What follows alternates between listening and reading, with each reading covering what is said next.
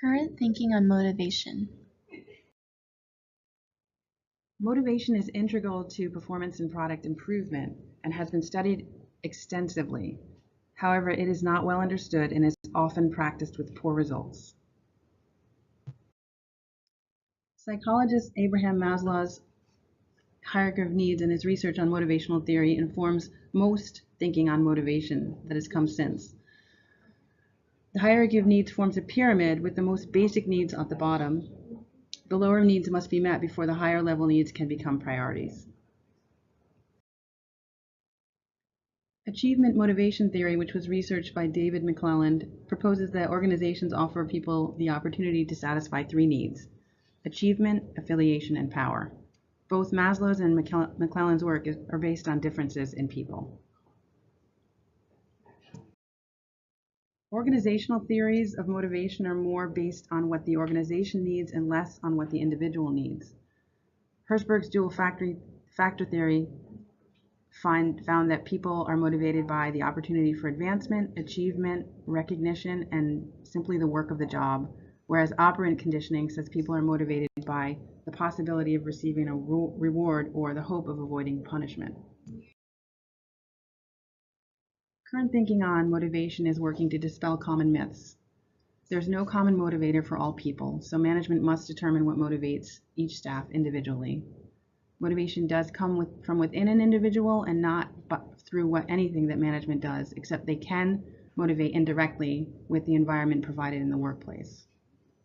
And lastly, while financial compensation and fear do not encourage more motivation, they can work in the short term by keeping people from being less motivated.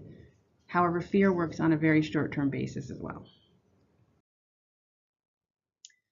In the study, when does supervisor support encourage innovative behavior, moderating effects of general self-efficacy and internal locus of control, the researchers investigated the connection between supervisor support and employee intrinsic motivation and innovative behavior, and how these two are mediated by the employee's self-efficacy, which is the belief in one's ability to accomplish a task, and their internal locus of control, which is the extent to which they believe they have power over their lives. This study found that not all individuals are motivated by supervisor support. Those with low self-efficacy and high internal locus of control are less likely to benefit from supervisor support than those with high self-efficacy and low internal locus of control. So support to employees with different self-views should be individualized, and this can be done by training managers to determine an employee's self-views through behavioral observation and maybe personality tests, and that each individual employee's self-views should inform the way the supervisor supports that person. In this case study, the author studied the relationship between motivation with job satisfaction, empowerment, and performance. They wanted to look at the Western concept of autonomy and empowerment in relation to job satisfaction and if it translates similarly in Arab countries. So the study included 455 employees from a construction company with an approximate even distribution of 30 to 50-year-old men and women who had college degrees and at least 5 years of work experience. The study utilized questionnaires for the employees and used specific measurement scales to measure these questionnaires. So for instance, they had the intrinsic motivation by Oliver and Anderson. Extrinsic motivation was measured with the Shalagala and Shervani. The psychological empowerment was measured with Spritzer's scale, and job satisfaction was measured with Hartline and Farrell's as well as Sohi's scales. The authors found that there was a positive correlation between both extrinsic and intrinsic motivation with job satisfaction and empowerment. A strong support system from management in terms of leadership and communication led to both a decrease in stress and the number of days called out, as well as an increase in productivity and performance. So the authors found that it's important to distinguish the type of motivation that employees benefit from and to develop programs based on employees' preferences. So for instance, if the employee is intrinsically motivated, to reward them with praise or personalized messages, or if they are extrinsically motivated, to increase their pay or provide tangible rewards. So the authors overall found that the feeling of empowerment in terms of impact, competence, meaningfulness, and self-determination led to a greater sense of self-esteem, belonging, and meaningful interactions and relationships throughout the country. So this ultimately increased employee motivation and therefore job satisfaction. So in 2016, Lee and others published a study called Understanding Employee Motivation and Organizational Performance: Arguments for a Set Theoretic Approach. In this study, the authors argue that the conventional approaches to measure employee motivations are just not enough, because traditional theories, they focus on isolated factors when in fact overall picture is much more complex. So instead, authors suggest what is called a set theoretic approach, which would complement conventional quantitative analysis. And what this approach does is to identify various combinations of conditions that may result in similar outcomes. So for example, in a food service setting, a conventional approach would focus only on specific elements that motivate employees. One might ask, is a food service supervisor motivated by social, ego, or self-actualizing needs, as in Maslow's motives and needs theory? Or in Adams' equity and justice theory, one might ask, is a food service staff motivated by equity between themselves and other employees?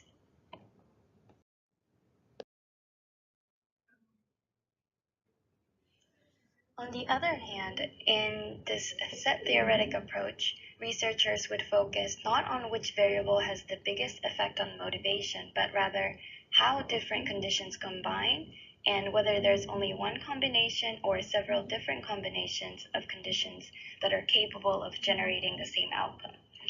So, for example, if a food service staff is not motivated or not performing well, one might ask, what are the various conditions that led to this? What are the combination of factors that led to this? And in the way Lawrence and Noria researched, they look at 4 emotional drives to acquire, bond, comprehend, and defend that may or may not be met for the employees. So in this way of looking at things, an organization might be able to improve the job performance and motivation of employees by improving the reward system, culture, job design, and performance management, because all those factors combine to result in employee motivation. The article I reviewed was How Ethical Leadership Influences Employees' Innovative Work Behavior, a Perspective of Intrinsic Motivation. The objective of this study was to examine how ethical leadership in business companies may affect innovative work behaviors of employees. The study took place in China, and they looked at 2 unrelated large-scale business companies. The participants were workers from human resources departments and the manufacturing departments, and from the research and development centers.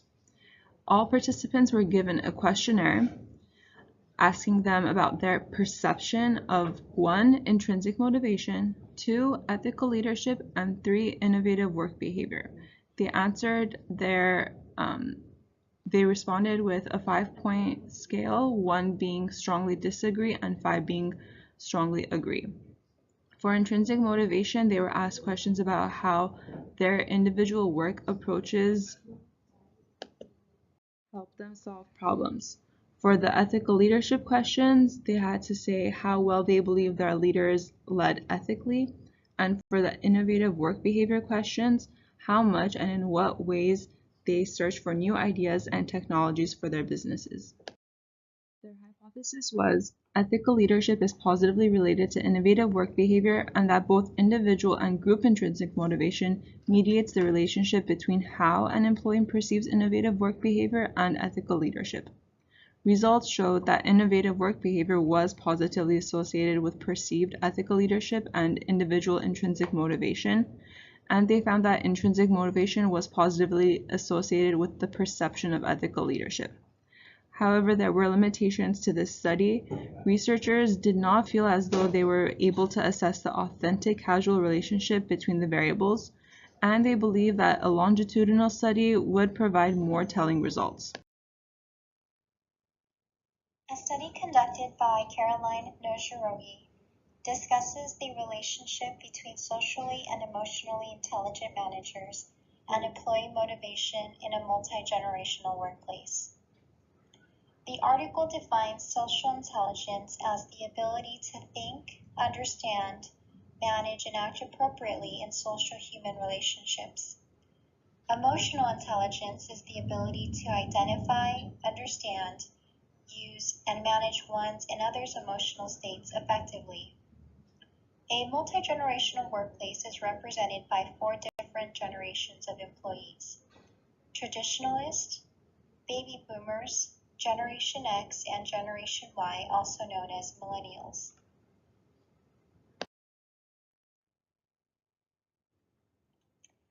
This study found that generational differences translates to differences in personality and motivation.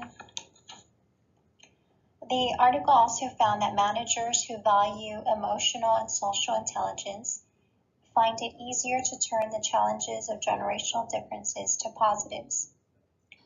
The impact of social and emotional intelligence on employee motivation includes increase in job satisfaction, positive work attitudes, leadership potential, and self-efficacy.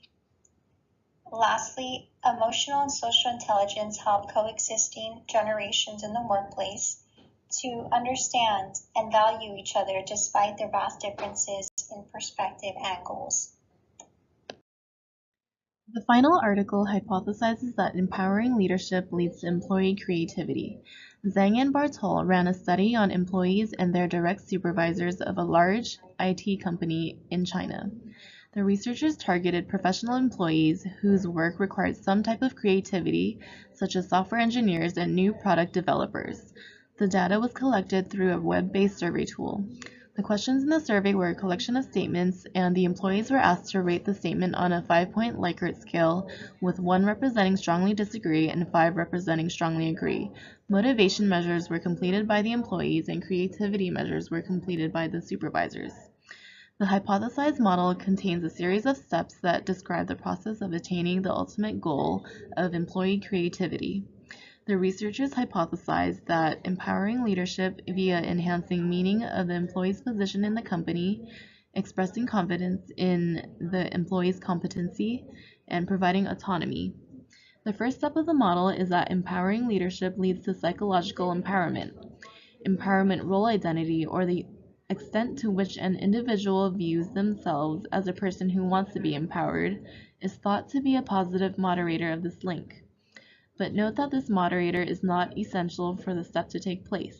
Psychological empowerment can be achieved without an empowering role identity. Psychological empowerment leads to intrinsic motivation or self-determination to complete a task. Employee creativity can result from intrinsic motivation. However, creative process management can also facilitate creativity. The researchers define creative process engagement as a series of steps: problem identification, information searching, and idea generation. Leader encouragement of participation in a creative process is hypothesized to be a positive moderator, but not a necessary condition. After statistical analysis, the researchers did confirm that their motivation model was correct at a confidence level of 95%. Empowering leadership leads to psychological empowerment, where the employees feel that their work has meaning, believe that they are competent, and have autonomy in making decisions, and feel that they are making an impact on the organization. Employee creativity can be achieved either through intrinsic motivation or participation in creative process engagement. To take a holistic approach to understand employee motivation for employees at all levels. In the food service industry, some tasks can be mundane. Prep and line cooks complete repetitive tasks in their day-to-day duties, such as chopping or peeling. It is important to emphasize the importance of these tasks to keep the employees motivated. Food service organizations using static menus may make employees feel disinterested. Food service managers can hold events to keep employees interested in their work.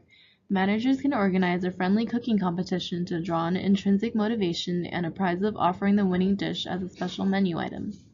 In conclusion, keeping employees motivated by fulfilling their needs leads to creativity, enhanced performance, and increased overall productivity.